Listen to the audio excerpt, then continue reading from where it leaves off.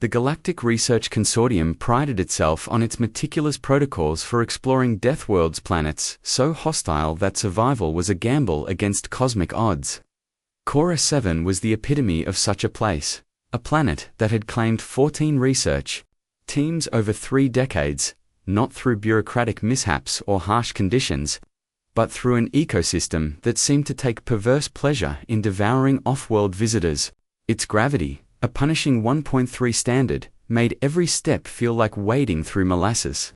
The atmosphere, while breathable, supported a menagerie of lifeforms that had evolved into perfect killing machines, viewing researchers as little more than walking protein bars.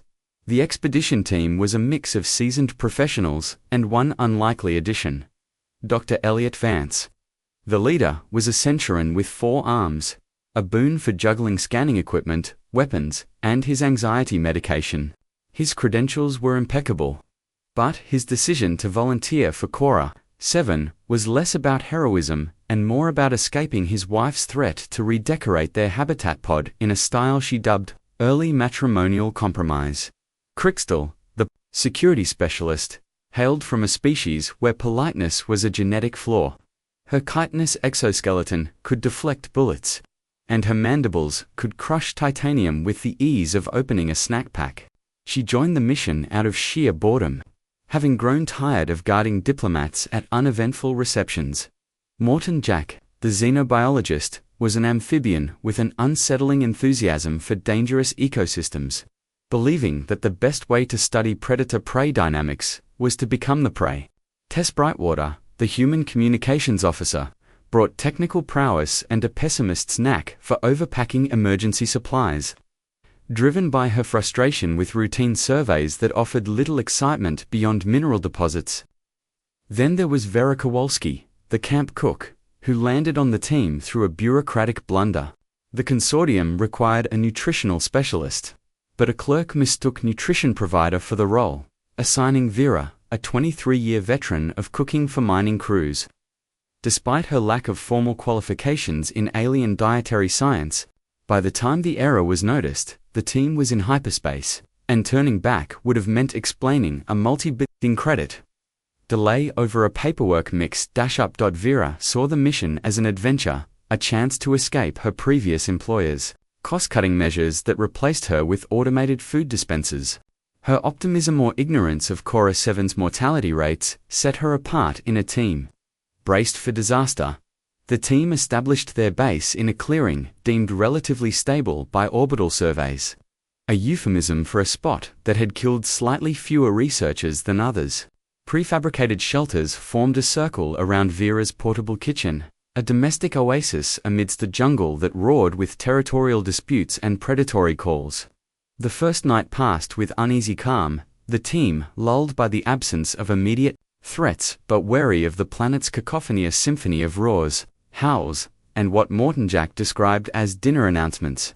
Vera, undaunted, transformed bland expedition rations into something edible using her emergency flavor kit of smuggled herbs and spices. The meal earned her the team's gratitude, a rare moment of warmth in a place designed to snuff out hope. Unbeknownst to them, their camp had already drawn the attention of Kora 7's apex predator, a creature dubbed the Nightstalker by Crystal. It lurked in the forest canopy, its massive form motionless, observing with the focus of a strategist. Planning a campaign. Morning brought a chilling discovery. Dr. Vance, conducting a perimeter check, found claw marks meter-long gouges in the soil, encircling the camp at a precise 50-meter distance. These were no mere scratches. They suggested a creature capable of digging out the entire camp with ease. Morton Jack's analysis estimated an 800-kilogram quadruped, over 4 meters long, with behavioral patterns indicating advanced intelligence. Tess relayed the findings to the orbiting research vessel, which recommended immediate evacuation to a secure location, a laughable suggestion on a planet where even the flora hunted aircraft. Crystal's mandibles clicked in what might have been amusement. Secure, there's no such thing here.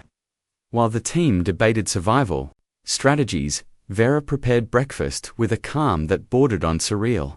Pausing only to inspect the claw marks with mild curiosity, Big fellow, isn't he?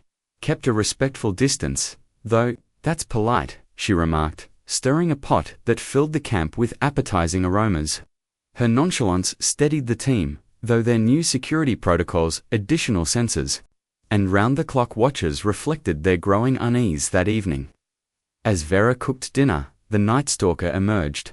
It moved with silent grace, its 4-meter frame a blend of muscle and menace, its mottled hide blending seamlessly with the forest. Its teeth, designed to shear through anything, gleamed in the firelight. Yet, instead of attacking, it sat at the 50-meter boundary, its dinner plate-sized eyes fixed on Vera's cooking.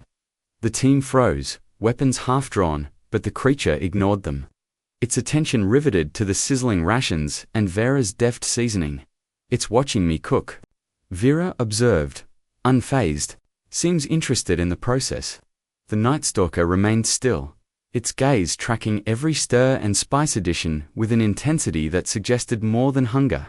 When dinner was ready, Vera, ignoring her team's protests, placed a plate of food halfway to the creature's position. It approached with cautious curiosity, sniffed the offering with a thoroughness that hinted at chemical analysis, and consumed it in 3 precise bites before retreating to its perch. The next day, the claw marks reappeared, along with signs of prolonged observation. Compressed soil at strategic vantage points. Morton Jack, thrilled, declared it evidence of complex cognitive processing. "It's studying us," Dr. Vance said, his voice tinged with unease.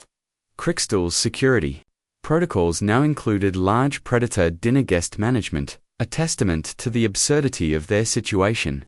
Vera, meanwhile, continued her culinary routine, treating the Nightstalker's presence as a quirky addition to camp life. By the 4th day, the encounters had settled into a surreal routine.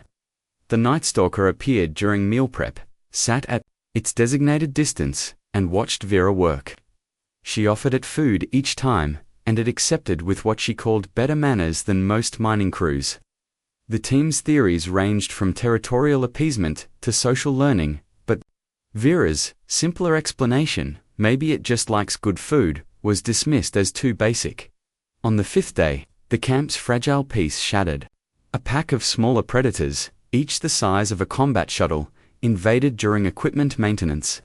Their coordinated attack suggested pack intelligence, aiming to isolate and overwhelm. Before the team could react, the Nightstalker erupted from the forest, its roar shaking the ground and recalibrating sensors. It dispatched the intruders with terrifying efficiency, its movements a blur of raw power.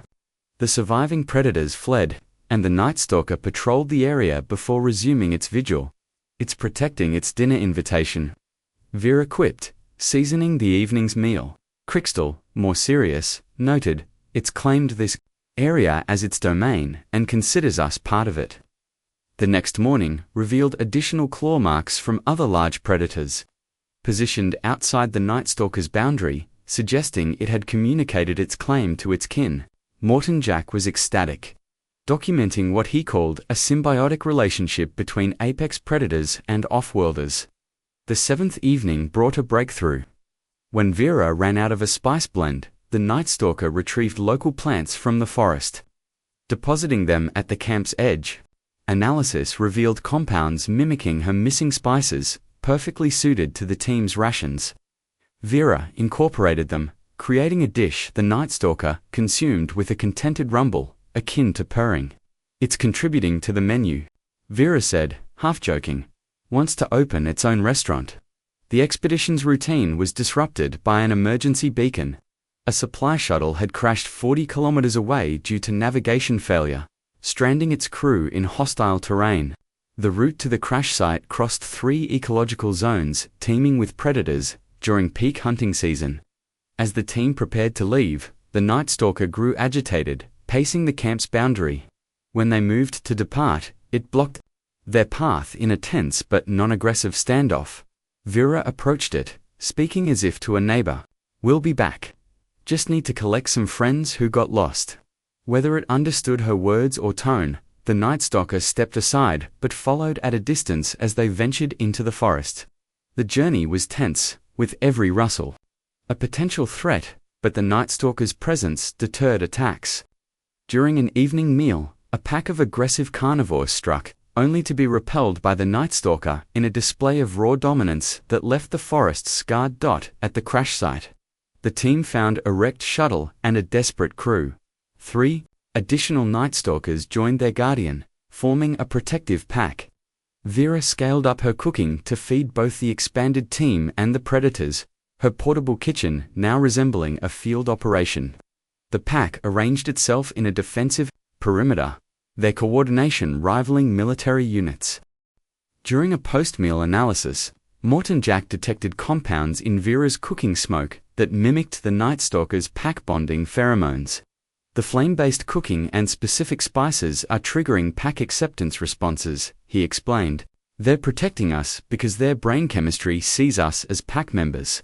Tests confirmed the correlation. Every protective behavior coincided with Vera's open-flame cooking sessions. The discovery appended decades of consortium protocols. Advanced defenses had failed, where Vera's cooking succeeded, integrating the team into the Nightstalker's social structure through biochemical manipulation. Chemical warfare through cuisine, Crickstall mused. Vera, amused, called the predators quality control inspectors, ensuring her cooking maintained their bonding response. The extraction shuttle arrived in a clearing prepared by the Nightstalkers, who had cleared vegetation and repelled threats. The pilot, Captain Rodriguez, was stunned to see predators guarding a camp kitchen. Vera summed it up. They like my cooking. Good food works better than weapons here. The pack showed separation anxiety as the team prepared to leave, but Vera's final meal and calm assurances allowed their departure. The lead Nightstalker left a pile of plants later confirmed to contain bonding compounds as a parting gift. Back on the research vessel, the team's debriefing challenged every consortium assumption. Survival hadn't come from technology or strategy, but from Vera's accidental biochemical diplomacy. The findings sparked a galaxy-wide paradigm shift. The consortium established the Kowalski Doctrine, mandating nutritional specialists trained in predator biochemistry for future expeditions. Vera was promoted to Chief Xenobiological Relations Specialist, her expertise now shaping interspecies diplomacy. Within 6 months, other teams reported success using similar techniques. On Infernus 3, sulfur-based meals bonded volcanic predators. On Creona fermentation, tamed ice world carnivores. The doctrine opened dangerous worlds to exploration and development. With a 97% success rate compared to the previous 40%, universities launched programs in culinary xenobology, and military units adopted nutritional strategies for predator integration. Vera's consulting firm, Interspecies Nutritional Integration Solutions, advised on 40 worlds, adapting techniques to diverse ecosystems. At the consortium's annual conference, her keynote on biochemical manipulation through cooking drew overflow crowds. Predators respond to chemical cues like social species due to communication, she explained. Good food turns threats into allies. The Nightstalkers maintained their territorial claim over the original campsite, peacefully relocating other expeditions to protect their family's domain. The discovery raised ethical questions about manipulating predator behavior, but Vera insisted it was communication, not control, rooted in mutual benefit. As the first anniversary of the Kora 7 expedition neared, Vera delivered a memorial lecture for the 112 researchers lost to the planet's ecosystem. They died because no one thought to ask if good food could outdo weapons, she said, announcing a scholarship program to train their families in culinary integration. Her journey from mining camp cook to galactic pioneer underscored the universe's knack for solving complex problems through simple human solutions, like a well-cooked meal.